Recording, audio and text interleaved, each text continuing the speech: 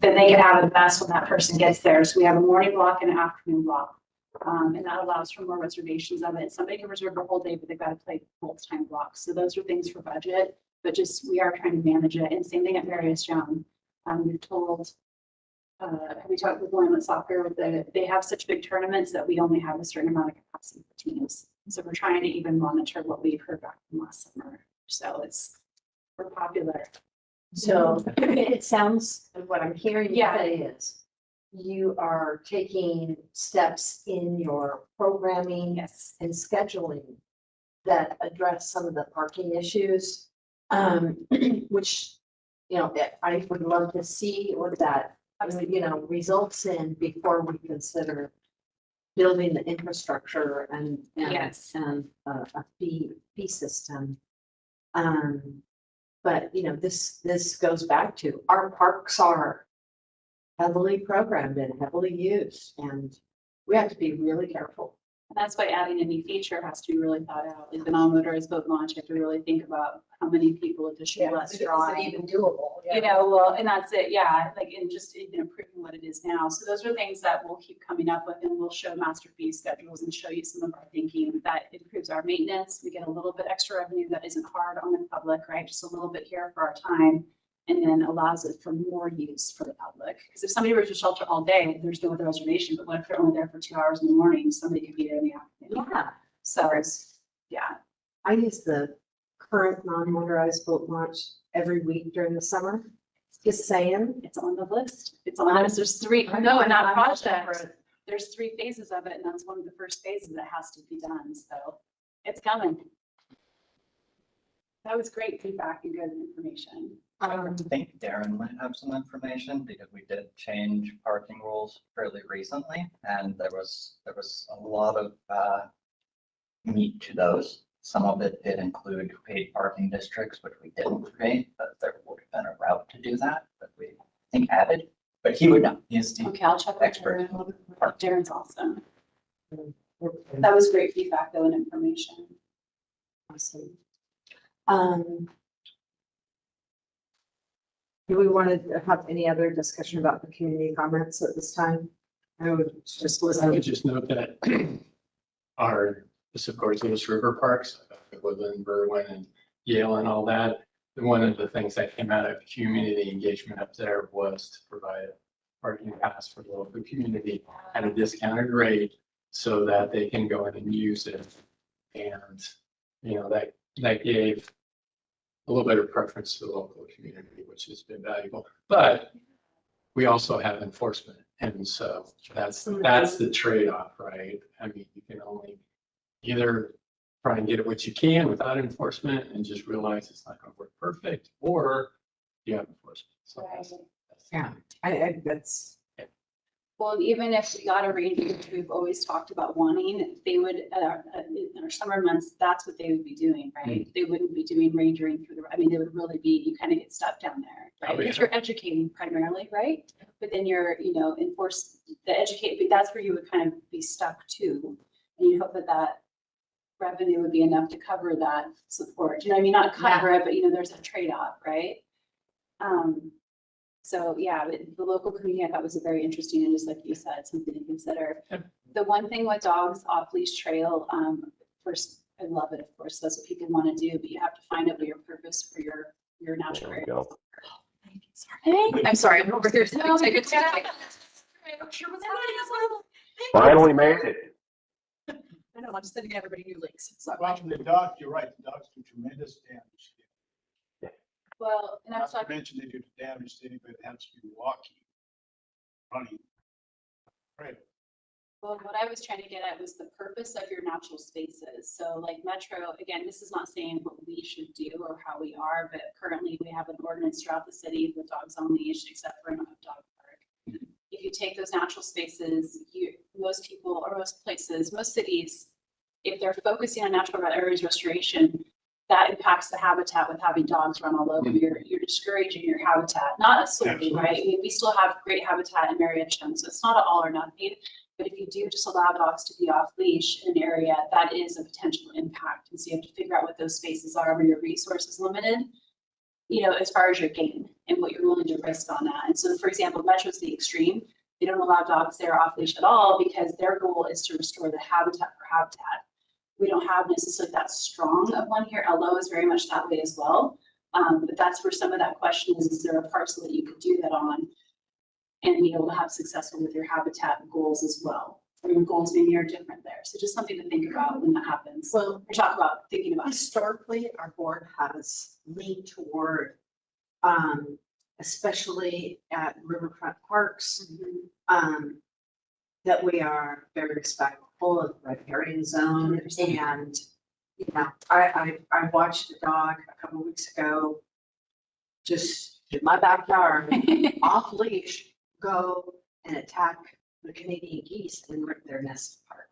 You know, And, you know, that's real. Mhm. And we've historically leaned toward, the priority being, especially riverfront parks, Yeah. that we're stewards of the resources and anyway. So that's where that balance Just- comes to play. just- though. Yeah. Personally, I love dogs on leash. Yeah, period, they need to be on leash, unless they're in a dog park area that's off leash. And that's what needs to happen. Yeah. If we do anything else, I mean, we've gone through this over the years with Marriott Young. And we had a group of people that love to have their dogs off leash. We had the police involved to give them the tickets, and the police friggin' hated to them, but they even did it. And they got tickets, and some of the tickets were like $300 or $400. And then they took them, and the judge who was involved, the little dog lover, wiped out all the tickets, so nobody ever paid him. You have to have a cut, yeah, he said. And so what everybody found out was I can have my dog off leash on the trails, and that created a lot of trouble. Didn't we just have an incident where there was a dispute between two dog owners? I think one had maybe both had their dogs off leash, and one of them pepper sprayed the other Yeah. dog. It's actually bear Yes. spray. Bear spray. What is an actual? I know what the difference between the two is, but yes. Yes. Well, so kind of segueing back to the parking, like, Yeah. I think Cedar Oak is way overutilized. And if there was parking fee, I know it would piss some people off, but if there's a parking fee, maybe people are going down there to lollygag for the day, they would maybe carpool instead of like 5 cars, all the friends, so they could all have a picnic there. You know, I think it would discourage a lot of that. And also, I would still say, I'm sure dogs make a mess, but, oh, there he is. I'm gonna get you. Everybody is here too. Nice job. Too, you could bring it over there. We don't even know you're stressing over there. I think the dogs impact, but the people impact way more.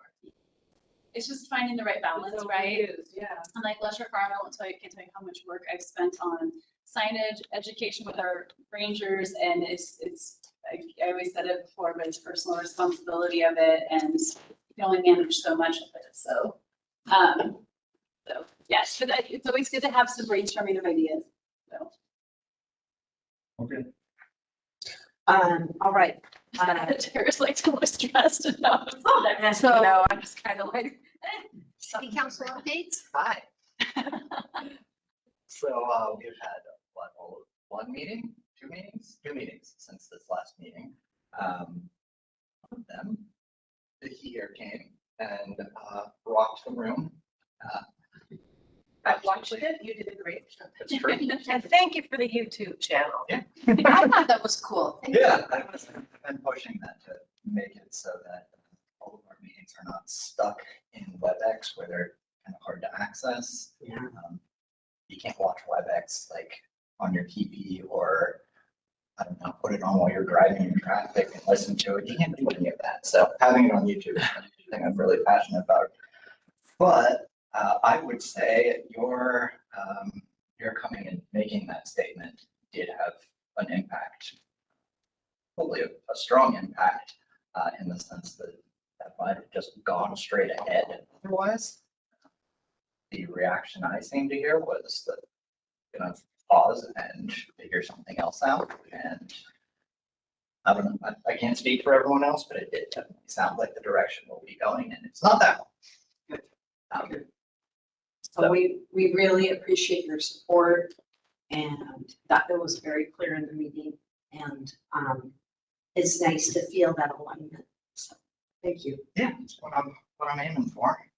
On top of that, I guess there's some Oppenlander update to give. I guess this would have been the Friday before spring break, so after we had held our meetings to get everything out. We got a letter from the school district's lawyers, kind of threatening to revoke their letter of intent that they had sent to us with their intentions for our intent to do this. It's pretty ridiculous. But they said as a result of that, they didn't know which direction, what we were doing. So we needed to make a decision by April 4th, or that was off the table and they would go put it on the open market. So we had been kind of under the impression that things would be different, but it is what it is. We then started discussing what kind of offer we would make, and apparently Icon and the city attorney have been working very closely together to come up with a reasonable proposal. And that's come together a little bit, but a couple days before we needed to reply, I guess the city attorney requested just a Word document of the letter that they had sent, which is apparently very common in the legal world. You have that so you can track changes, send it back and forth. Well, their attorney refused, said, no Word document for you. And it wasn't because he didn't know how to convert from PDF to Word. It was because apparently the offer was take it or leave it. As a realtor going through that, the terms of the letter that they had proposed were atrocious. I would sooner jump off a cliff than ever sign something like that or have one of my clients sign something like that. They were very bad. They were awful. So we ended up, in the spirit of what we had thought we were doing in the first place, sending them a counter offer. It still gives them their price, but the terms are actually workable for us. One of the most important sticking points was needing more time. They wanted to close by June 30th because that's when the school board terms end. I don't know. I think that's a pretty dumb reason, but yeah, we need way more time than that. Icon needs way more time than that, and any buyer will need way more time than that. Also, any buyer is going to be scared off by the public response to purchasing that without a partner component. I think that would be pretty difficult to get a national home builder in here and not chase them out. Not terribly opposed to chasing them out. That's what it takes, but yeah. Kevin, and I'm sorry if I've missed it along the way. 3.5 was all intended for upgrades. It's 3.5 minus 150,000, whatever that is, 120,000. And so when folks are having their discussion and they're referring to the $3.5 million bond, are they seeing that 3.5 as being all to purchase, or are they seeing it actually be 120,000 to purchase and 3.3 million to upgrade? Because that's what we actually approved. That's what the bond said. Right. I mean, seriously, I think this is really important because we approved a bond that had that language in it. And I would hate to see us commit 3.3 to a purchase price. We can commit 120,000 to a purchase price. And so as a park, I'm just speaking as a member of the Parks Board. I would hate to see all of that go to a purchase price, and then do we have to come up with another levy or parks or bond to actually pay to make that park usable? I think it's a serious question that needs to be That asked. money can't be used. to purchase. That's not necessarily true, but the way Icon has put their proposal together, they're going to be paying for the park upgrades. Some of that comes through like SDC credits. it's a pretty creative setup they've put together. I wish they would have put it together earlier so we had more time to go through this. But yes, we are aware of the fact that 3.5 versus 122 or whatever that was, there might be some discussion to be had there. Taking that seriously, otherwise can't really comment on what that looks like. So the Yeah. one thing we don't want is even a 2-acre park without the ability to have bathrooms, without the fixes that need to happen to that park. And we don't want to see the city council say, hey, let's do this with Icon, and here's the park, and here's 2 acres of parks. And you have to take care of it, because that's not something we want to do. It's not something we can do. Or that it's planned as if it's a private community use park, like a Cascade Summit, you know, they have their little special thing they have. I don't know, because it hasn't come to the Parks Board in any way. Icon's actual proposal for their park renovation, has staff been engaged in that in any way? So just in the last month or so, what they've only proposed is space and put an example of what it could look like on this plan. And I made it very clear, we just had that part of the discussion and returned back in their letter that the speech attorney sent over, that it was, nothing's been designed, there's been no community outreach that would have to go in for any park design. That has part of our process. And then you have to weigh your needs assessment, right? And then it would have to be designed by somebody. So what's on a piece of paper right now shows an example of what the park could be from Icon's perspective.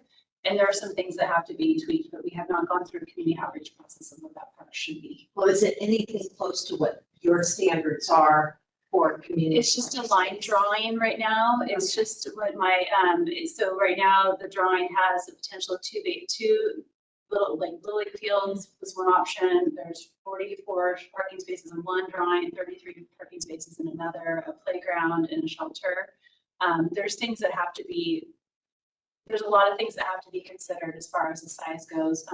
A senior league field, which is what the baseball team said they were needing, it would pretty much take up that field, especially when you have foul balls on either side. So there's things to consider. It hasn't been, they just needed to show something, to my understanding, and Councilor Washington, if you can help me on this, they needed to show something on the design so people can imagine what it is, but it has gone through no process yet for that vetting, right? It's just to show what it could look like. And so we made a point that on the letter that went back to the school district, that Icon had actually, we asked them to write on there, this is just a example of what the park could look like. Icon has, suggested, the city hasn't done any overall analysis on that part yet. So yes, so that's where I've just seen the drawings and have had just getting hold of with my technical expertise with the tree grove and things like that. Take a look.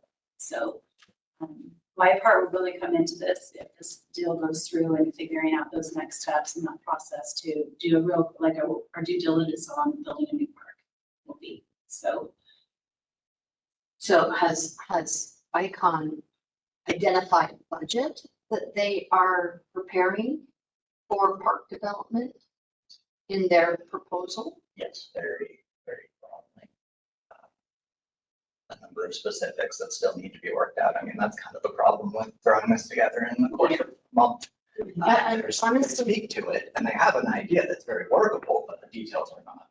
there's no details there, to be honest with you. Yeah. It makes sense. I'm feeling responsible to bring it up. I agreed with a lot of West Linn people, and it has come up in some tidings.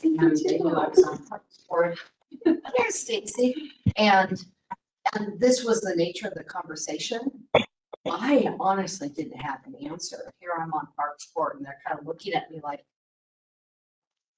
this was a bond. We know what we voted on. What's, this is saying it's purchase price.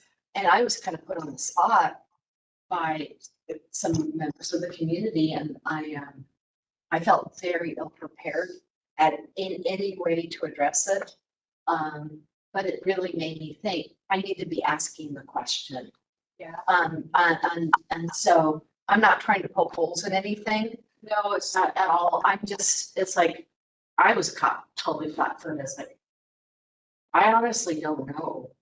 So, But we'll be honest with you from what Kevin, so I've been, whether it's fortunate or not fortunate, I haven't been really part of the process. There hasn't been a need for me until these last, it's been, Kevin, so if you think about it, it's been like weeks. Maybe not even just to give an update at our last meeting, and most of this has transpired since then. So there hasn't been a lot, and there's been a lot of legalities. I'm trying to think of there's been a lot of legalities. So I am just getting into it where my technical experience is coming into. But right now there's not even, I can't even provide any except for just saying the things that have been shown of what we can and can't do with that. My number one worry is that the community doesn't see and think that we have designed something when they see that plan. That's my number one worry, because that is not what's occurred, and that's why the labeling of that map when it got sent to the school district. If it just right? So I think there's a lot of process. I think it's just council has been trying, they've been given us such a short timeline to do something and try and do right by the community. I think it's been a very difficult situation they've been put in. I mean, genuinely, it's been very difficult from just on the outside looking in. Trying to make something, trying to save something, right, is what the goal has been, but not knowing if it's even possible. They obviously don't want to sell it to us, and they're continuing to move the goalposts, make it a poison pill for us. But somehow we're still in this. I don't know. To your concern, yeah, and yours as well, same concern. We are thoroughly aware of it, and there's plenty of discussion going into that, and I will be happy to follow up with you when I can tell you more. okay. But it is definitely noted.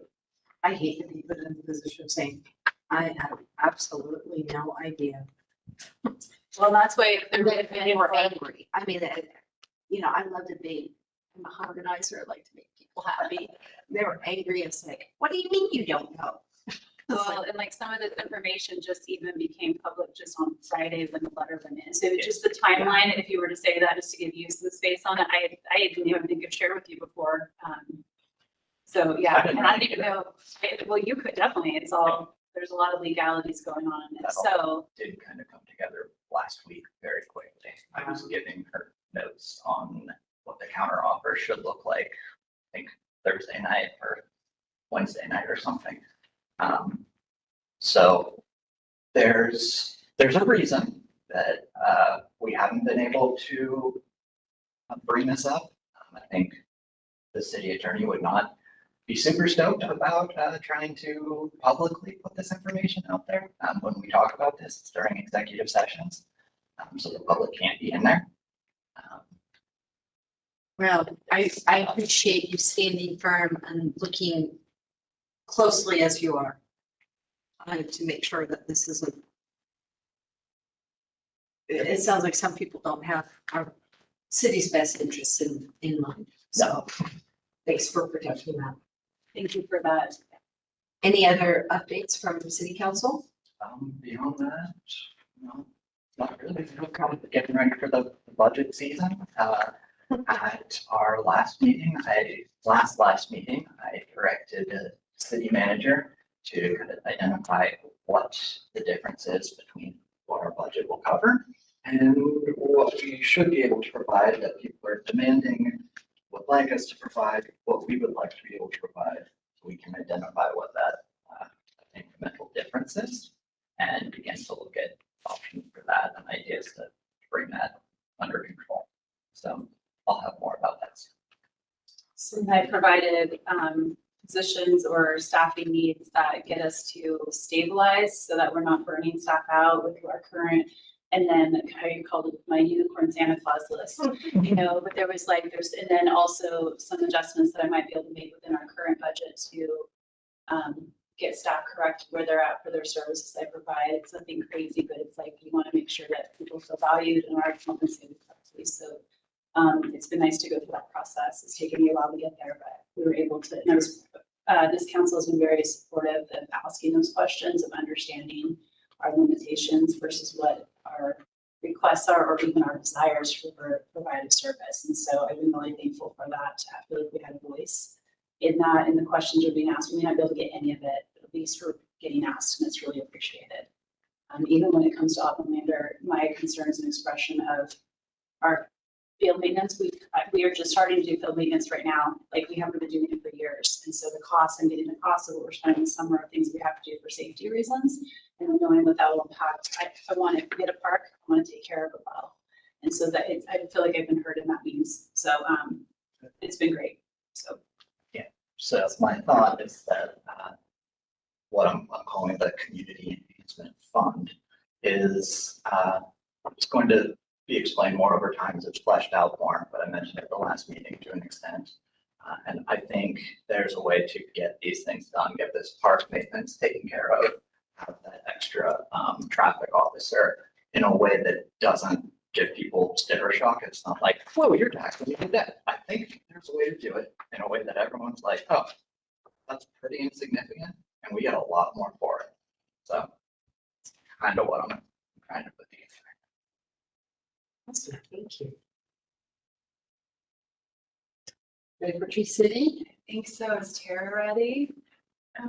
Yes, do you want to share? If we're able to show the video.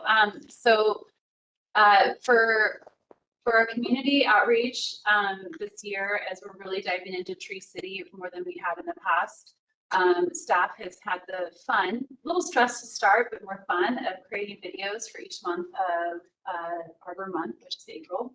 And so the first one went out, and we're promoting our big theme is Free a Tree, or Free the Tree. And so Alyssa, who is our rec specialist who oversees all of our events, she is an amazing tech person and does a lot of great things with the website and does all of our social media. So we wanted to share with you this video, and we'll show the others will be released on Instagram later. Thanks so much. You guys, perhaps. Yeah, thank you, Kevin. Did you put it in the 20? Oh, I didn't do I didn't do that. No. Would it show it on? Yeah, Okay. you can. Because I think it's in city shared or singing. Oh, gotcha. The one So from city Monday? Yep. Okay. So it'd be city, and we can skip it if you want to. It's in city shared admin. It's a fun video. It is city share admin, and then presentations. It's in Kathy's folder down part. Oh yeah, administration. So you can see all the files we have. No, all the way down to the bottom. It'll be presentations. Oops, right there, presentations, and there. Oh, she took it out. She deleted it already. Okay, well, we won't show that. Oh, shoot. We'll send it out. It's actually fun. So it's one just promoting Tree City. It shows volunteers who work in the park, explains why we have Tree City and the Tree City. There's four levels of Tree City as far as requirements, and one is having a tree board. Which in the past routinely had been council, but we're moving this to you. So next year, you'll get this presentation in March, and you'll get to see what we're doing, essentially prove what we're doing. But the first standard is the oops, no, you're good. You share the screen. So Alyssa put this together. We have it displayed, and we showed it to council as well. So we went and did the proclamation and showed them what we were doing with Tree City. For Arbor Month and our Arbor Month activities. And so the first one is having a standard of a tree board or department, which we're the department and you guys are their tree board. The other standard is that we spend $2 per capita for supporting our trees. And this last year, this includes staff time, tree plantings, installations, and care. And we're at $435,000 of tree care and planting. That what does not include is what Public Works has done. They do their own street tree planting, and at the time we weren't able to capture the information. So next year we'll have theirs. Our number of tree plantings will decrease because we're not doing the free tree event. We'll still do, the free tree program that we had. It was part of the ARPA funding, but we'll be doing our own tree planting, and the trees that natural areas groups plant will be encompassed. So we're getting a whole bunch more data this next year. So that's pretty exciting. The other standards that we have to have a tree ordinance, which I'm going to be talking to you about a little bit here shortly, and then the Arbor Day observation and proclamations. The proclamation was this last week, and then our free plant giveaway was done within a day. We'll have to find our plants. People came in and loved it. And then we're starting with these kind of tree talks where we'll be staff will be a staff, and I think maybe a teacher at the high school we'll be highlighting trees one a week, and then we're going to be discussing how to go ahead and free the tree. Free the tree. And we're trying to promote having everybody be able to free a tree on their property, come to a volunteer work party to free a tree. So that's one way we can save our natural resources, our canopy, and also reduce our fire risk. So there'll be a how-to video. It's the first time we've done these things before, so it'll be fun to have. But this is a little board that we have that we made, and then the tree talk videos are in that QR code, but you'll see them on social media. So Great work. so a part of that, it's fun. It's really, it's fun. To me, that's what it is. It's like we're educating, and then we're also having fun with it. Okay. Slide deck too is the next thing. A part of this Tree City, which those on the screen do not have, and I will email it to you. All of us here on the board who are in person have our Tree City USA work plan. Part of our accreditation is we have to give a work plan of what we're doing for the following year. It looks like a lot, but a lot of it we currently are doing on an ongoing basis. And so I wanted you guys to be able to see what we turn into the Arbor Day Foundation to hold up with our accreditation. A couple things that are relatively new will be some of the review of the tree code, which I'll go over with you soon. Our Mediterranean oak borer education, we haven't started yet, but that will be coming out this year on our website and doing outreach on it. Updating our tree permit. Right now we have it updated. We haven't gone live with it. We're getting ready to.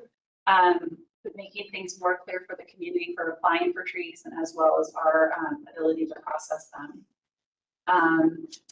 And then a lot of this has to do with MOB, and then also we're partnering with the Youth Action Council. There's a student there that is really interested in Mediterranean oak borer, and now he's doing research on it for one of his projects, for a science project.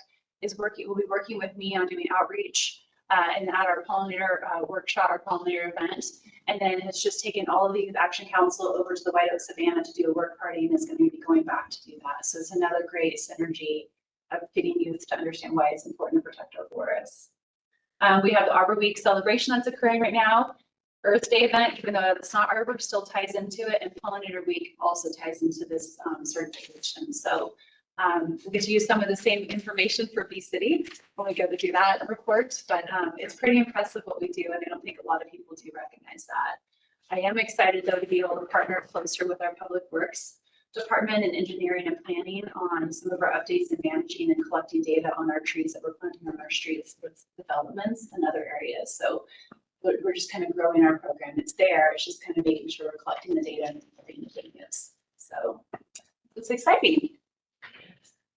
So that's the past work. Well, it's been fun. They've all done it. This isn't like, I mean, we added a few things, but it's just capturing what we're doing. And so, And you know what? That is something that we have asked for. You know, it's like people don't know all the awesome stuff. They get caught up in tugboats and it's like, this is really important. It's good for you. well, and tied to this, it was Volunteer Appreciation Month as well, and we didn't realize we were going to do the proclamation this last city council. Next year we'll do it better, where we'll actually want to invite our volunteers to come into that council to get that recognition. But it tied into all of this work that's occurring here as well. So we got to share statistics. We have over 4,000. Oh, you're going to do that? 4,000 hours of volunteer service. And that's what oh, it's right there. It is right there. Yeah. 4,700. And that's just in our natural areas, right? So it doesn't include our volunteers, like your guys' hours. And those are things that we'll start to capture this next year. So it's all valuable and it all goes to the cause. So as well as like our events and things. Yeah, because we had 72 work parties last year. Wow. Regular basis, monthly ones, and then the one-offs that are like quarterly. Yeah. Yeah, so then, yeah, those other details are in there. And yeah, 1,300 hours, volunteer hours. This one was for the natural areas. We got was 47 Volunteer Yeah, hours. yeah. Mhm. Right. So this is for the monthly ones, yeah. And then including, even our adult center too, we have 40 volunteers that are there regularly. That help out 5 days a week, yeah. Wow. But when we do work parties, I know that we're kind of out of order, but I think it's relevant. Like Tara coordinates with the volunteers, and then we'll talk a little bit about that. And then, but then the the rec or the park staff ends up coming through and we bring debris bins and gravel and mulch. And did you have that information? Last year there was 65 boxes that were put out. So that's 65 deliveries and pickups to support work parties. So 130. Yeah, They're touched twice. They're dropped off and then they're picked up, dumped, yeah, and all that stuff. So, yeah, 15 yards of gravel, 19 loads of wood chips, and 6.5 yards of bark. 2024. So this will be some fun facts that we'll start producing, so people will come up to you guys with that. But what I wanted to touch base before we get to tree code, which ties to it, jump here on there, I feel bad bothering. I don't know how to. I push a little. Well, I'm gonna do it now. The next slide. So we had our first meeting with our volunteer leads for all of our natural areas restoration groups, and I just wanted to show you the agenda of the things that we went over. We're going to try to do this whether it's quarterly or at least 3 times a year, kind of opposite of the season. Like this is kind of the end of the natural area season. We will potentially do one in September at the start of the season and one in the middle. And the goal is to ultimately give them updates of what's happening on with the city so that we're partnering on that effort. They're not just out looking solo and gathering the information of what they're doing. And the key part to this, though, and a big change, that we're getting to where we're finally going to have a volunteer waiver form, which a few people. What this is designed for is that it's in the book. It's just like essentially a sign-in sheet where it's not a whole lot of information we have to gather. It's more paper looking because you have the waiver on one side and you have the sign-in sheet on the other. We went through that. We're just getting this approved with our city attorney and how we can, I told the volunteers, it has to work for you guys. I use this in the field when it's raining, so it does work, but we'll have to figure out some of those nuances. Like for regular volunteers who are there every single day or 3 times a week, how do we give them just one waiver form and they track their hours separately? So we'll be able to figure it out. This is a huge step because I'm always worried about risk and liability for everybody, including the volunteer leads. So we went over this and explained the why and the how. Our big thing right now is garlic mustard season's coming out and we're contracting with Mosaic Ecology. We used to have Clackamas Water Conservation District would come and do garlic mustard scouting as well as treatments for us throughout the city. And they are no longer able to fund the work here. Their goal is now focused over on the Moala River because they've had a bigger outbreak there. And so all these little circles are actually spaces where garlic mustard has been seen and scouted. And so Mosaic Ecology, they're a tried and true company that are working on filtration. I've worked with them for years. They're going to take over this work. And then in addition to that garlic mustard work, I don't know if everybody is familiar with garlic mustard. I'm going to go back if I can. Garlic mustard is a class A weed. So where blackberries and ivy, we want to remove them. Garlic mustard, we're required to move it. The reason is that its impact is quite great and it's, where it is relatively small and potentially obtainable to control. But what it does is it actually can turn into a monoculture where it'll grow and it sends out toxins through its roots, so nothing else wants to grow there. So this is a plant that when you remove it, you have to bag it. You can't compost it. If there is any sort of a flower ahead there, if you were to spray it with a chemical, it will still continue to produce seed. If you pull it and lay it on the ground, it can still continue to produce the seed. And so we actually have to literally pull them and bag them. If you're able to do treatments, which we're doing because it's a small amount, you want to get them before they're flowering. If they're flowering, you need to do treatments after or need a hand pull. The thing is, though, if you see something and you need getting it to die, and if you still have some seed base, it's you have to pick your balance. But it also has a root, kind of like a carrot, except for it makes a J root. So when you go to pull it, it has a tendency to break. It's a super weed. Yeah. People like to make pestos out of it. You'll see pesto time come on when you're in the weed geek world, like I am. People like to make pesto out of garlic mustard, and it stinks because you're dragging a bag around, pulling it, and it does smell like garlic and mustard, and you eventually start to really hate that smell. But so we did education on our volunteers, so they're on the lookout for it. If they see it, to notify us. Exactly. Yeah, but we have all these other groups that don't necessarily know, and so that's what we were grateful for. And then we're going to be able to partner with that group that's going to come in, the contractor, to be able to do some of that work and find out where Marietta County has it or where it's already being managed. So it's our super weed, the super weed of the month. It's coming. Yes. So, yeah, I was super happy to hear that you guys were ordering. There's a gentleman, or is it Henry. Henry? That's it. Henry loves it. Henry loves to kill.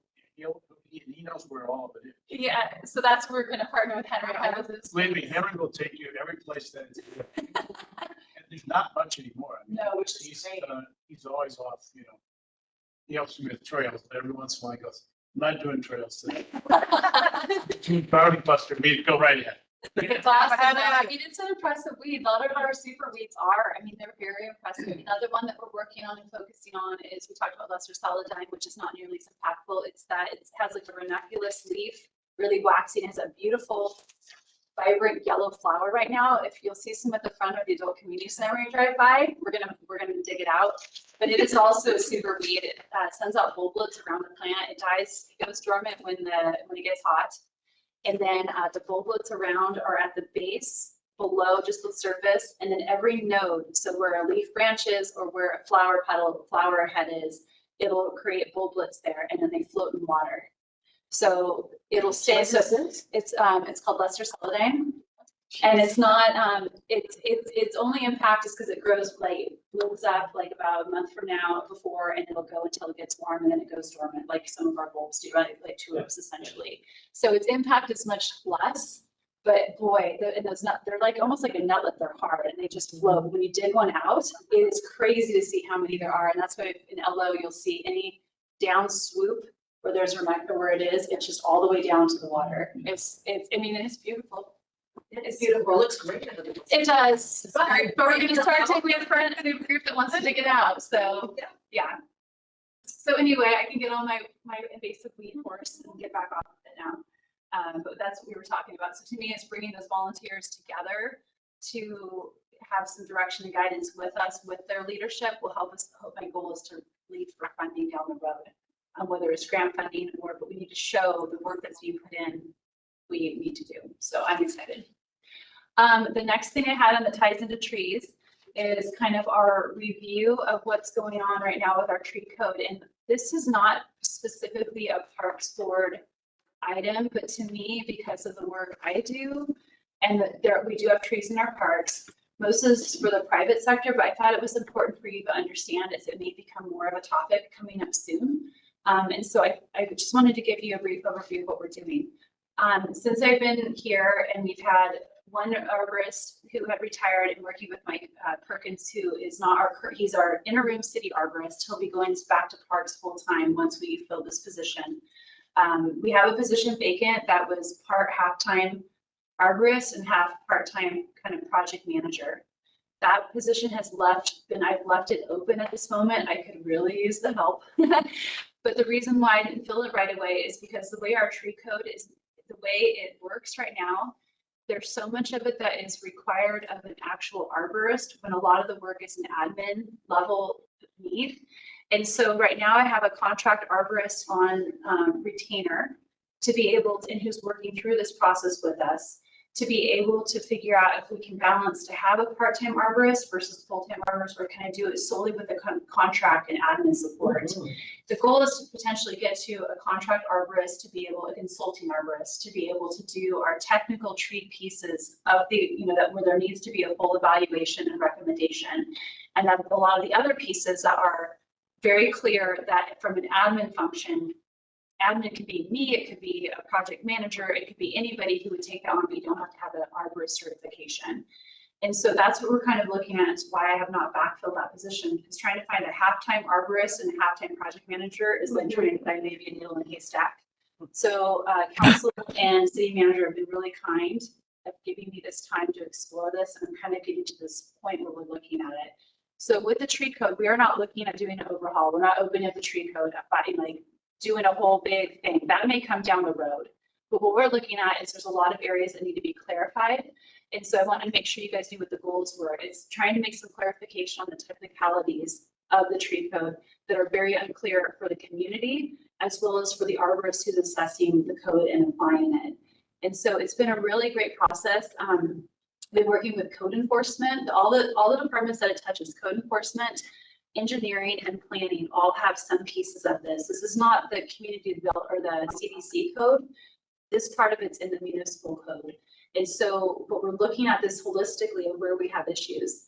So some of just the simple things like business days, when we have 20 days to get back to somebody or their permit is automatically approved, we don't work 5 days, 2 days off, 5 days. We have every other Friday off. And so what is business days?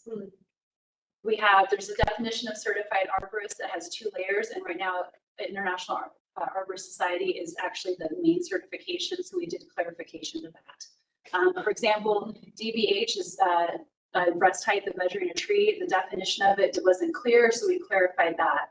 The definition of a hazard tree had old language, and so we updated it to current standards of what that definition was. So that's kind of the goal with this, is not to change any intent of the code. It's trying to clarify the things that are gray and ultimately to make it better for everybody.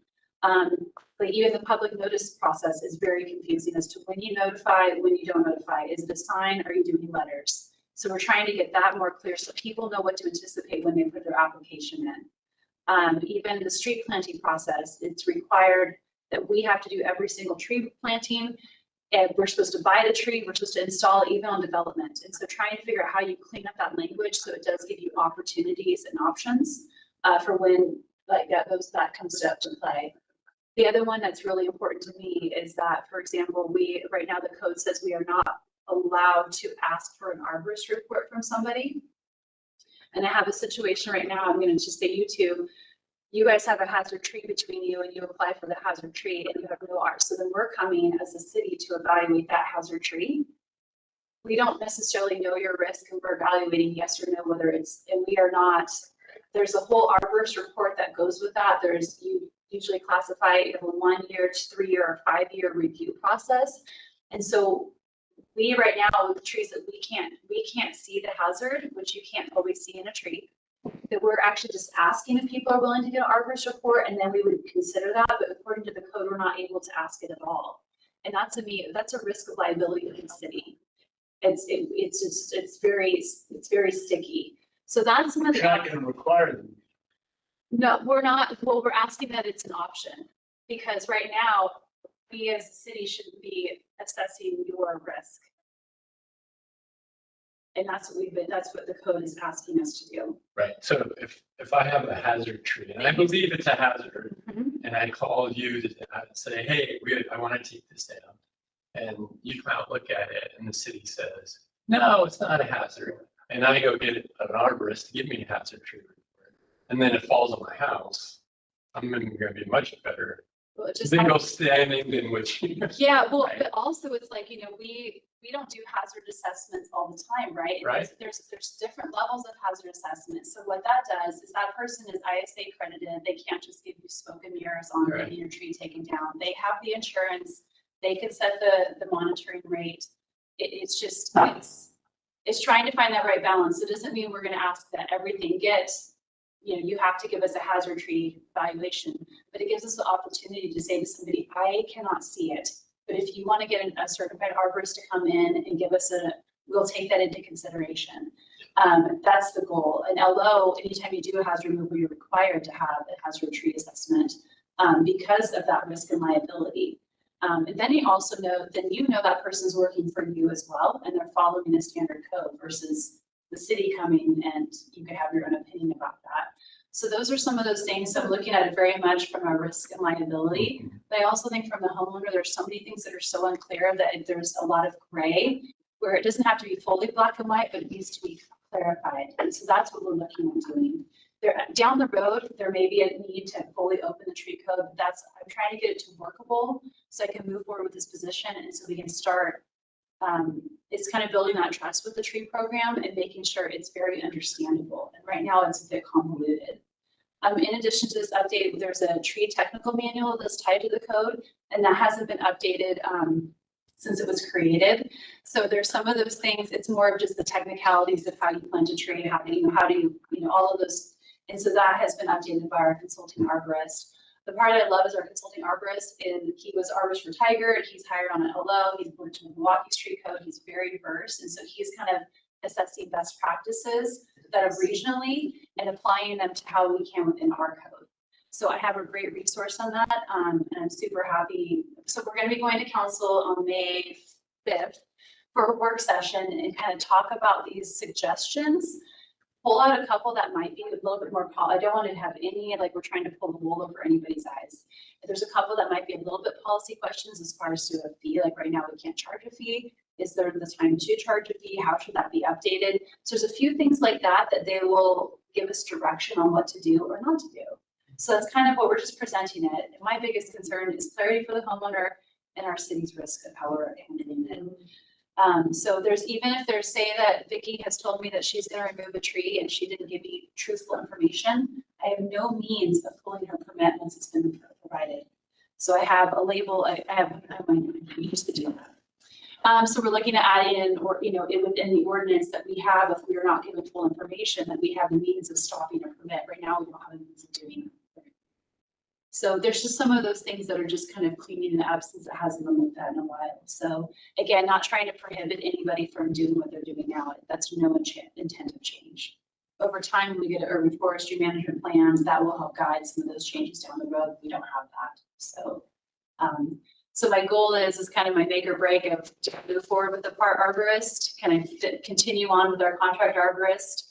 We find some admin support that we have to finish some of these other pieces. Is there any opportunity to repurpose that position into deputy director? So potentially parks analyst or parks analyst in general, somebody who can be a project manager with planning background to help me with projects, to be able to help me with some of the, you know, grant proposals that could be coming out, and overall park planning is what I'm hoping to do. I am an arborist, so if there's questions, I can help with that technicality, but like our current arborist, if you're considering the pay rate, he has to go out and deliver every sign that has to go out and put them in somebody else's yard versus somebody coming and picking them up. So you're looking like, is that the best use of his time and skill set? No. When it comes to mailing letters, he's got to put it together, but then we have admin stuff to mail it out, but he has to manage the 20 days, the 30 days, go pick up the sign, give the approval. Now there's no appeal period.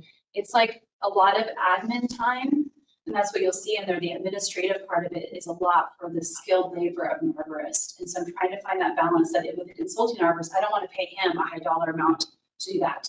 So when we can get some of these clarifications, a lot of it can be admin work, and then the important pieces of an arborist can be managed by the arborist. So that's what my goal is, but we'll see if I can get there. But right now, as I see it, by not filling that position, it's not just hurting me, it's hurting the staff, because I am not getting to the things that they need, trying to do both jobs of that role. And so they've been very patient with me, and so has Cal. I mean, they could have taken that position away, but I appreciate that they understand what I'm trying to do by filling it right. So Sorry. thank you. Sorry, there's a lot of words, I know, but more to come on that, and we don't know what they'll say or what they'll do, but I wanted to at least give it our best effort on it. Okay. I think that might be my last one. Oh no, my next one. My next one is very exciting. Okay.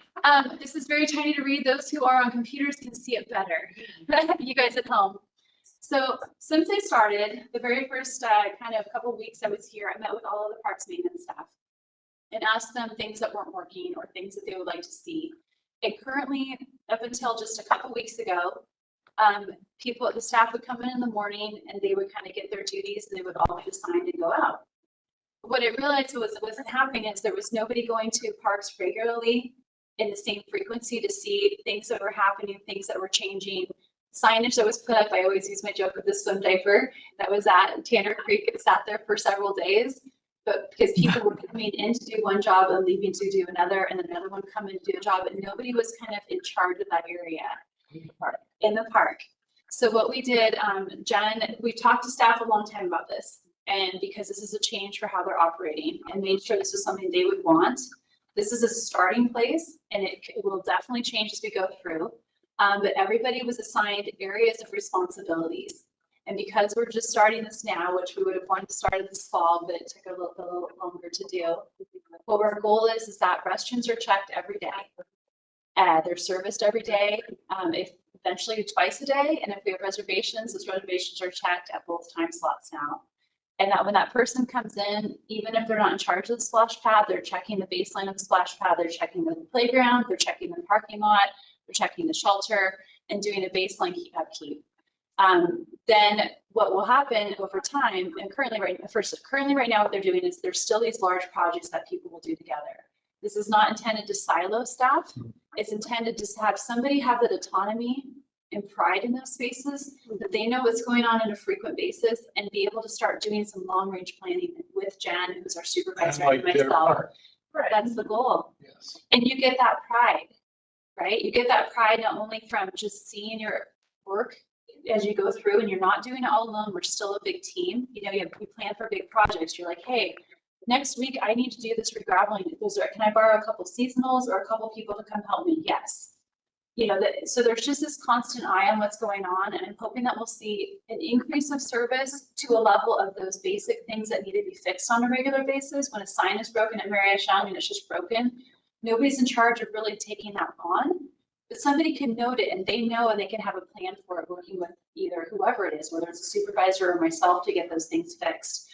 But the part I really emphasize with them is I'm hoping this will actually end up giving them more time, because our frequencies of going to parks and not being systematic about how we're doing that has not been there. A mower, of course, is going to go and mow, have to do all that mowing and go to every park. Yeah. That's going to happen during the summer. But now in the winter time, that person, Thomas, is going to be coming over and helping in the park staff.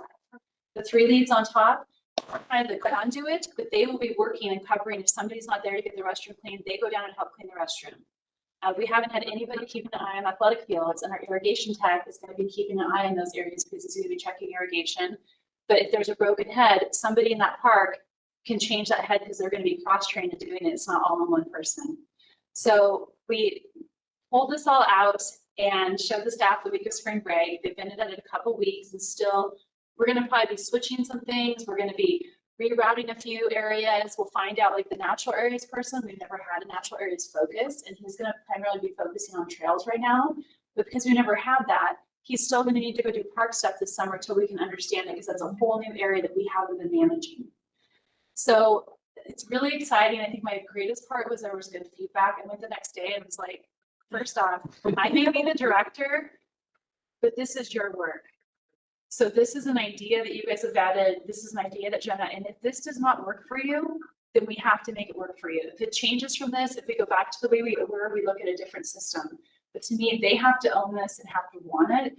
And the next day I had people asking, well, I think I need a smaller truck because I can't get down to these areas for it. And I saw people blowing, the mowing crews, but it was really, I'm hoping, a vitalization for them, not only for what the customers will see and the citizens, but for them to feel that positive ownership. Well, they're empowered. And pride. Well, and you're going to see the same person regularly. You're going to see Oscar, who is one of our, he's retired here maybe, but you're going to see Oscar on a regular basis, and people are going to be able to give those things. Or, oh, hey, in the back 40, there's a tree down. Or, oh my gosh, I noticed the toilet was clogged. You're going to start to get that connectivity, and I'm really excited for that. So it's been a big desire. Oh, you're fine. Big desire for me as far as what the staff wanted, and I thought we could give increased service, better frequency of time, and better ownership. So I just wanted to show you because it's taken a long time. What happens in the city, and most people go to a certain park. It's not that they don't, No, they have their part. they Yeah. go to a park that's near them, okay? And if there's an individual or two that's sort of responsible for that park, and people know that, and they meet the person, and they know the person, then it's a really, really good thing to do. It just really builds that community, I think, and I think they're really going to see it and feel it, So give us some patience as we work through it. It's definitely different for them, but I had the person, his name's Matt, who's going to be working on the trails to start. He's already going through mapping out trails, which we need to improve what's asphalt, what's not asphalt. He's going to get a tool belt so that as I'm walking through, I can prune trails as I'm walking through. I mean, there's just already this like invigoration, and I know we'll hit maybe some stressful times, and it may not always work out just right, but they keep empowering them to make it what they need it to be with the goals in mind. And I've really just said that cleanliness of our facilities and safety is my number one. How the other stuff gets done, we'll figure, but just start with it. That's where we're going to go. So, Well, this plan also builds value-added capacity by removing running around time. I mean, you look in your groupings, it's logical. Well, we're going to go here, all in one area. And I think that, you know, you're cutting out a lot of non-value added waste that running around. And so that helps their capacity. Well, and the other piece that you probably didn't see in that is that each person has a main park, right? So you didn't flood, I mean, the person who has Willamette also has Fields Bridge where their use is different and there's time use is different. But they all have a main park and then other kind of smaller neighborhood parks that don't have as much attention needed. But I was explaining what I saw, for example, my experience at Millennium Plaza in Lake Oswego, which is busy all day long. That person had a neighborhood park that when it got really busy, they left that park and they went and did their other work elsewhere. So you have this way of escaping kind of too. So you're not always stuck in the grind of a lot of people, right? And also some of the frequencies where we have a lot more open space areas on this side of town back here. There is a couple of areas that don't make sense with there's going to be some crossover because you didn't want somebody to have more acreage than somebody else or more amount of toilets to clean or splash pad. So there was like our splash pad lead has 2 splash pads, but not at the main ones because he can get to those and take care of them and he can be available to troubleshoot the other ones around. We've also spent money on upgrading our software system for our splash pads that we can now monitor from our phones. We have another big purchase of $20,000 to do it, but what it's going to do is we're actually having paying 3 people to drive around splash pads all summer long, and most Yeah, communities because don't have that's 5. effective frequency. So we've invested money in that way to reduce our labor, and then the splash pad attendants will also be able to do more landscaping to give them a break from dealing with just the splash pads. So I think that's where ultimately I'm trying to get to in the cross training. The more, if you have a park, you have to know how to change a filter in a drinking fountain. You know how to change, you know, so a facilities person that has more backup too. So if somebody's gone, somebody can come over and pick up. So anyway, that was a lot of words, but it's taken a long, pretty proud of that they're okay with it. That was my biggest worry because it's a change for them. But they had asked for it and I think it's going okay. Terry usually hears behind the scenes, so. No news is good news. Yeah, exactly. So anyway, so that was kind of that's the main part of my update. I know Terry's got some more stuff, so. Okay. Thank you. Really excellent work. Any comments from the group? It makes sense, Yeah. because it does 2 things. It empowers people to give a hoot, like, these are my parks. And it also gives them accountability, because otherwise it's like, well, I don't know, Bob was supposed to do that. I don't know, I reported it, that was Sam. So then nothing gets done. But if it's, you know, and everybody wants to, well, I would think, people want pride in their job. And so they feel like, I'm kind of in charge of this, you know, right on. Yeah, well, and we did this in recreation too, where even like, for example, somebody's in charge of events, but it takes the whole department to help with it. Yeah. It just, even if we can't fix something quickly, somebody's pushing the ball to the finish line. And that's kind of like, so if the citizen asks like, oh yes, we're fully aware of that, it may be a couple weeks, or we're on, we had to get parts ordered. Like there's just that part of the accountability, so we can share that with the community too. Because that person will know where things are sitting, even if they're not the one fixing things, you know, because it may not be their specialty. So. It's a lot of talking from today. I feel like that's more. You know, Sorry. it's awesome. No, I'm like, funny. That's great. Okay, so thank you guys very much for this. Parks, events and recreation. Oh, good. Yeah, sure. Okay. So much was going around. No, sorry. I didn't really find Wait, what just was expected? Okay, events and recreation. So our summer catalog came out. Hopefully you guys all got that in the mail. Registration started on Monday. Great turnout. Lots of registrations already. Got some full camps. Good. The Ferris wheel. Yeah. So we have some great photographer. Great. I mean, they just have this amazing system that they can just tweak all these. Yeah. It's awesome. Yeah. So that went out Monday. Yeah. So registration. We did have our Arbor Week that started this Monday. Yeah. Success. Everyone came in Monday. like three trees left on Tuesday morning and just were gone. So we had 100 giveaways and this was like record for us. So it was fantastic. We are pushing out, next is our Earth Day Work Day, so we're celebrating all of our Earth month. So that'll be down at Willamette Park, 9 to 12. Feel free to come on by. Lion burgers at the end for lunch. Other than that, we've got picnic rentals. So we are doing that double shift or double booking each day. So we did have about 4 It started on April 1st, so we've had 4 last weekend, we have about 4 this weekend. So it's slowly getting there, but we're just gonna wait and see how that double booking goes this year. They are filling up on rec desk first fiscal months, but it's kind of moving slow right now. And other than that, trying to think of what's coming up Hey, next. City or Ball Calendar, but that's. That's the in way, June. yeah. So yeah, just right now, we're just full swing of fair mode, music in the park, movies in the park. Movies is out for voting, so if you guys want to vote on the movies, feel free. It's on our website. And still kind of promoting some of our spring classes that are still in effect right now. So we have in April and then a few in May. So we're kind of promoting some of our spring classes. Spring Mini Cooper starts next week. We have that going. Yes, another basketball round. Yeah.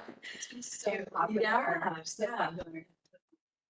Yeah, other than that, we're just kind of summer mode right now. Trying to think what's up in. ACC's doing great. Yeah, They're doing great. they're just full all the time. As you know, Carolina. The it's buses like- are wonderful. Yeah. All the time. Yeah, need regular parking lots some days. Yeah. Yeah, the taxes were fantastic this year. I mean, I think that this week they're extending a little bit, maybe another day this week. It's tax day soon. But yeah, the AARP has been fantastic this year, helping out our seniors. Awesome. Great. And I'm not even suggesting this. Yes, you know. Oh, yeah. Don't say that.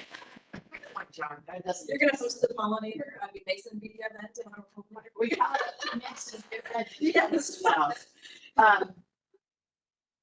I just, this is just, I don't know if we want to do it, but you know, we have all of the dates of movies in the park, music in the park, and the old time fair. And I'm just wondering if there is a way to have a calendar push or to set up invites and make sure city council has like invites to all of our events. And we could have invites to events and, because I transfer this to my calendar. To do the same thing. We do it ourselves. as Yeah, well. but in terms of it too, because we listed it out for all of the other departments, because we want to kind of go across like Yeah. market a But little bit. I- And it's either, so that's If something we you happen to be setting it up as an event in your Outlook, invite us. Well, just put us on the information. Invite Parks Board. I mean, we can say no and decline it. It doesn't have to go through our calendar, but if you're entering it into your calendar anyway, so it wouldn't be an extra. But invite city council and invite Parks Board. So, You know? it's happening. Well, it's not just that, but it's a reminder of all of the work you guys are doing, Yeah. you know? If you don't put it on your outfit calendar, you know, I don't really want to go to the extra effort, but. Well, it's nice. Well, we took, Melissa took, his runs events, still working on sponsorship. We're kind of fleshing that out, where, how we best market it, how do we give right opportunities. It's always kind of a struggle as far as what people are wanting or needing. But she did a 4-pager instead of just 2-pager. But I left it on my desk for a while because when you flip it open after the sponsorship part, it lists all of our events that we do. People are just have no idea. And you get to see it in a snapshot. And it was really, John was like, the city manager was like, I mean, you know, but when you Yeah. see it in a document, Yeah. it's awesome, right? Awesome. And a lot of people don't realize that we call the fair. Yes, that's why we put the fair on the front of that page. Yeah. Because they don't know that it's No. our department No, that put I it on the think fair, that's true. you know? I've seen some other organization come. Right. Yeah, I mean, it's, it I used to do be, that many times. right, it used to not be. Who does this? It's us, so I was like, you know, some people don't know. Oh, yeah, that's awesome. Anyway, I like that idea, that's great. okay. Great work as always. So then we have items of interest from board members. And I just wanted to make sure at our last meeting, we had a recommendation, an advisory to city council on author member. And we had an advisory to city council. One was emailed, one was presented. And one of the things that emerged through this is, and you guys have this stuff, Tara actually doesn't. I'll put it in. folder. okay. Yeah, no, I'll put it. Yes. in email. I have records in my notes because before I went to city council, I actually reviewed 2 years of my own personal notes from parks meetings to gather all of the times that we talked about the tugboat. Yeah. And all of the things, and every time we said, let's advise the council, there were 3 advisories.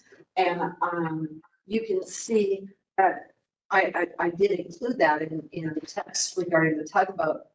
But since we had 2 after 1 meeting, I thought we don't have a good system for reviewing this. It took a ridiculous amount of time to 2 years of my handwritten notes. And so I just put together this little log with the most recent at the top. I almost built a little database for it, but I thought, you know what, that's way too much. And so it just has date regarding how was it transmitted? What was our vote?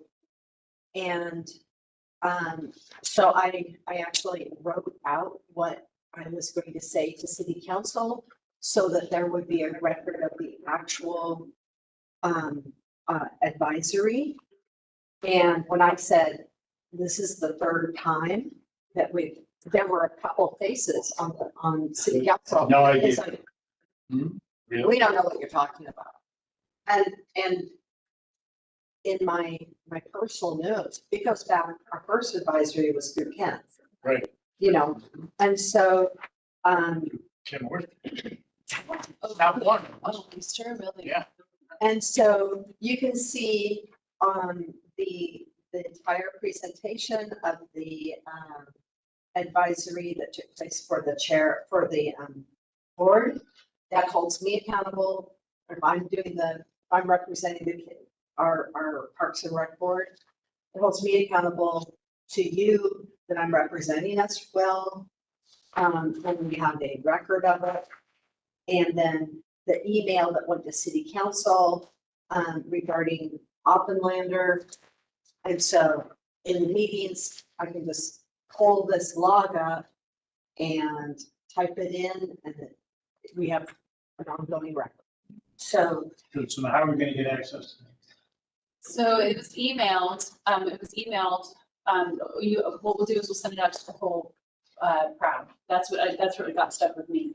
Vicki sent it to you and I, but it's just sitting Right. there, and I'm gonna put it in our folder, and then I'll email it out, and then anytime we have an update, we'll just email it out. Okay. good. Yeah, That's good. yeah. That's great. And then I know Vicki had suggested to have it be posted somewhere. It might be able to be posted on our website. That was one thing I had down on my to-do list to check out to see what we need to do.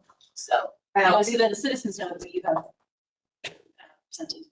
I am torn on that. I love the transparency, and if they weren't part of the discussion, part of me is like, they'll just paint big, huge targets on us. That is true. And also, we have to make sure it's updated. If nothing happens for a long time, it becomes irrelevant on there. So if that's okay to keep it off for now, we'll find a different mechanism or need for it. But I think the history tied to your work plan, I think is, when a new person comes on, that's part of the information that goes along with that. I think that's a good observation or thought process of that. So just point of clarification, the advisory log would have anything, any form, whether it's email or you going and speaking to council, anytime we provided anything to council, here's what it is. Yes. So theoretically, the 3 times that we did this would have been in the log.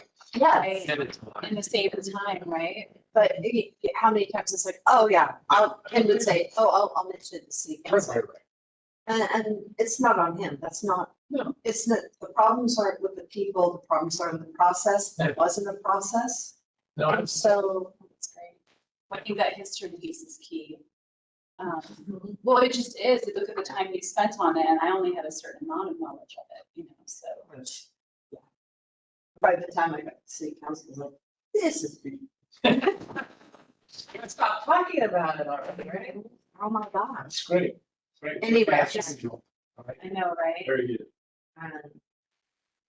So I had. Okay, awesome. My favorite. Okay. Now, I've had a significant knee problem, so I haven't been doing much in the park, but the bottom line is that as you drive in the road, Yep. you know about. the Yep, pothole. we do. We're just talking about it again today. Yeah. We got, Don loves to take gravel and drop it, gravel. Okay. So that's why you see rocks and stuff floating around. He'll put it into the tractor and try to fill it in. Problem is that doesn't do anything. No, You actually. drive over, and then you end up with rocks. Spread, yeah, have a Stuff gravel. all over. We've talked to Don about that many times, but every time I don't go to the park as often anymore, but anyway, when I drove in the other day, I saw that, I said, oh, Don's been out. Yeah, we're aware of it. We were notified of it. And Today, we're just yeah. talking about the plan. We're trying to figure out a plan for it. So we're going to the street department to have them come down and find out how much we can cold patch or how much like to get through the summer and then fully do that section. So. Yeah, because that section is the one that Yeah. cold patched a number of times. No. We have to buy time until, we Right. can't do it So, forever. I know, and the thing about it is, the best time to do it is in the summer, because it's not raining. 100%. Yes, we all know that sort of thing. Yes. That little segment there with that first speed bump after Yeah. you go by the other parking lot, that's an area that always is the same thing. There's a lot of water there too. And I know we're talking about the shed. Yeah. People are upset about the shed. Are we gonna try to make it bigger? Well, I think it's fine the way it is. so Fix the leak. So we've just met with friends of, with the Friends group, and they're asking about the leak. We have no plans to make it, we haven't been asked to make it bigger, at least I haven't been, but that wouldn't be necessarily our purview to do so. I've been out, we're fixing the roof is what we are That's doing. just, we've had that, I mean, I've been there for 20 years now, longer than that. It's just been there a long period of time. And it's kind of full of stuff. But I mean, I take 7 wheelbarrows out of the shed oftentimes for kids to do stuff and then all that kind of stuff. It's fine. And and all the stuff that's hanging in there and, it's fine the way it is. Yeah. Just be, they tried to fix the leak last year. Yeah, we're getting it, we're gonna get it officially fixed But this whatever year. they did, it seemed like it would be okay, but we wouldn't know how it was gonna be till the winter, when we found out that didn't work. That's cool. But I would There was- say, redoing the whole shed. I think we We, need to do that. no, I don't know that we could, for the means it is now. I responded to that when Don sent his thing out. I said, I think, hey, we just leave it the way it is, fix the roof. I mean, that's fine. It's an expense we don't need to use. We've been using that shed forever and it works fine for the stuff we use. So, Are okay. there any other items of interest from the board? Diana, Chris, Stacy? We're good? Woo-hoo. We've done a city council update. Can I give them an update of where I am when we get a chance? Just, they did not get to hear about why we weren't talking about the park use today. Those who are online. Oh, absolutely. I just, Did you? I realized the 3 of you, why you weren't online when I mentioned why I pulled that from our agenda. I haven't had enough time to formalize in the change from what I had presented last month. And I've been doing a lot of research, more than I did a lot before, but I really dived into the weeds, even looking nationally, and my head kind of keeps turning on how this document could be. So I hate to ask to bump it to next month, but I wanted to bring you something solid. I just wasn't able to do it with the time I had allotted. So, and I'll be giving that to you literally early, definitely more advanced and looking for some feedback and thoughts on it. So I apologize that I have not had it already today. So just so you know why it disappeared. Thank you. So Megan, we said it before, but your profession is just. Oh, thank you. Aren't you just like straight around? The job that you do is phenomenal. Well, thank you. I'm sure your staff does that too. Oh, they're awesome. So I'm going to take a moment, 30 seconds. A young man who was in Scouts with my sons is doing some work for me. And I saw on his resume that he had done parks maintenance in West Linn for summer. And I said, what was your experience? Eagle Scout, like my boys are Eagle Scouts, and I really trust him. He's doing awesome work, by the way. And he said, I worked for different directors, and the new director, I can't remember her name, but she came, and he has no idea that I even know who she is. But I was, I like to listen. and gather input from all sources. He says, you know, she came and met with us. She knew who I was. She talked about how important my safety is and what an important role we play, and explained things and made sure that we were set up for success. And I've never had that experience in West Linn before. And he said, I went ahead and applied. I'm going to do it again this summer. And I said, I said, well, is it Megan that you talked? Yes, that's Megan. I said, well, I work with Megan. I'm on the Parks Board, and I'm so happy to hear that feedback. But what I said to Megan is, you know, you're doing all of this work, and you don't even realize how many people you're touching in a positive way. And you know, it's always nice to look through the innocent eyes of somebody who's had to work there. Sure. And it was just so, it was like, of course I would expect anything else, but it was really nice to know that it's not just here that you're doing excellent work. It's that you really are doing with all of your stakeholder groups. And you know, a seasonal worker during the summer, clearly it's easy to overlook them. He had that experience, and the difference was truly remarkable. And he was really excited about it. It's like, this is the way it should be. Well, I can only do that if I have staff that want to emulate that. I just feel like the staff is not, regardless of leadership, just I'm hoping that they're feeling empowered. So it's like, it's just, to me, the seasonals make our summer successful. So if they're not valued and they're not shown that they're important, and that's happening everywhere. So part of that change with the park staff is a seasonal staff is being assigned to one full-timer staff so that they will get that That's a direction. great idea, yeah. And so not that they won't still work together and bunch projects and do things together, but they're going to be that backup for that full-time fit, and they're all going to think questions together and prep the part together. And so you're going to then, sorry to add to this, I always have extra words, but to me, it's like we never know when it's their first job. And we're teaching them how to be able to work and be responsible and give them that importance and that value for what they're doing too. And to me, that's the membership that's important. So I just want to check, our next meeting is May 8th. And what we have queued up for that is a short discussion on anything we can do for rec center funding, city, summer event planning and promotion, Willamette waterfront, and a Highway 43 update that we were thinking about inviting Chris Myers. Yeah. And I just wanted, and so we want to move the commercial use of parks into that meeting. And I just wanted to, I'm looking forward, if we still want a Highway 43 update. We can bump it to the next month too. Okay. There's some really great stuff that's going on there too. Chris has done a fabulous job with that project. So yeah, that would be great to do. June was really full. What is happening? June was really busy. Yeah, so June, we have planning PRAB at events for community input, update on pickleball, preparing communications through a Westland tidings. We talked about kind of having a mid-year.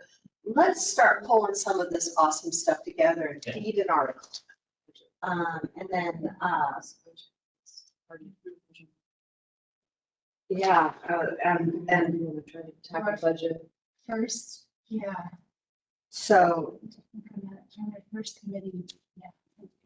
so the budget overview and It needs to be too early. Yeah, right. So June, So do you want to list it off, Tara, what you were just suggesting? moving budget update to June. Well, it'll already go to vote by then. Well, it's going in, June 12th. yeah. It has to get approved by June 30th. Right, so I'm thinking it probably should be in May, it's just I just want to be able to show you all what it is. This will be my first budget process to understand how all the moving pieces work. Yeah, yes. So I want to be able to show you just kind of where we sit with budget, with what I understand and know and what I've kind of turned in. It doesn't have to be a long thing. I don't know how much of it I can send it out in advance. I'm trying to think of what I can share and not share. I mean, it's not like it'll be public knowledge. We wanted to even show you what our current categories are and our current budgeting, where I was considering in areas of focus of we've advocated for, not knowing if we'll have much more money for budgeting, but I can explain that. Definitely some of the things we're looking at separating out on our line items. So I think that could be a quick overview. I could send that in advance. That was So you guys can review that, and then I can do it through the talking pieces of that. So I'll send you a budget document so you can just kind of look at it and get your questions together. On the third, and I'll be able to, yeah, that would be a perfect way to go. And then I can talk through some of it, so it doesn't have to be a long, boring thing. Okay. You know, if I can get highlights and some areas that- You don't want to go line by line? It's not very many lines, which is also kind of hard too. And then, So it's like, I'm not right. no, I'm getting it. You're sitting, but. Thank you. Thank you. She's got it all down. Yeah. Budget overview and city data, that should be. Yeah, it should be a quick Let's just one. Dump that That's fine. into May, and then let's move Highway 43 up Yeah. to June. That would be great. Okay. In got case it. something else pops up with Oppenlander or something else, it gives us a little wiggle room. And then when we get some more formal updates on Oppenlander, there is an article with a letter and information that's in the Westland Tidings right now that came out on Friday. So just so you know, it was there. And so as more things come available, I will definitely be in when I can. I've been trying to, it's like I said, like you saw, Kevin, there's a whole bunch of stuff going on that we'll share with you definitely. And if you get a question, please don't hesitate to ask or reach out. It's been a new target for me. So as far as where I'm getting involved in it now, it's been short. Part of that I feel like is a blessing because it's been so legal and John's let me do my thing, but now I'm getting brought into this sort of materialize. So, okay. Well, It should be. Yes. Yes. Instead of them doing it and saying, Yeah. oh, guess what you got? No. Yeah, here, Yeah. that's part. I feel like the whole thing is a really hard spot to be in, no matter where you are from the community side and from the city council, you know. So I'm just grateful we don't have a private lake. oh my gosh. So Need more than one lawyer. We have no advisories going out. We plan for next meeting, so I propose we officially close the meeting. Thank you. second it. I'll second it. Second it. Okay. Thank you all for being here. Thanks. Bye. Yeah. Oh, it's always a struggle. It's been a struggle. And that's why some groups are doing Facebook, or not Facebook, just YouTube, Zoom, because our website is so. I'll tell you what, I cannot. WebEx is really tough. I mean, I had to figure it out. Teams, yeah. Television. Sarah, How rep. Sarah, Well, Sarah I and don't- Megan, I'm still getting nothing. I'm getting no emails, nothing. I didn't get an agenda. I just don't get a thing, just so you know. Didn't send it to you separately, and that was my bad. I don't know, you know what? Well, it shouldn't have to be separate. And it's my bad. I should have checked. When I didn't get anything, I thought, well, we weren't meeting and I should have checked. But I didn't get an agenda. I just don't seem to get anything. I So have- that's it. I didn't do it this month. I She's realized that got when I it. walked in. So I'll check with Well- IT again. They couldn't find anything, but we'll keep working on it. Have you checked your spam? Is it going to? Yep. Nothing comes through. Maybe I have other emails. Maybe we should just use a different one. So, Do you want to send me your other email and then we can see if that one works?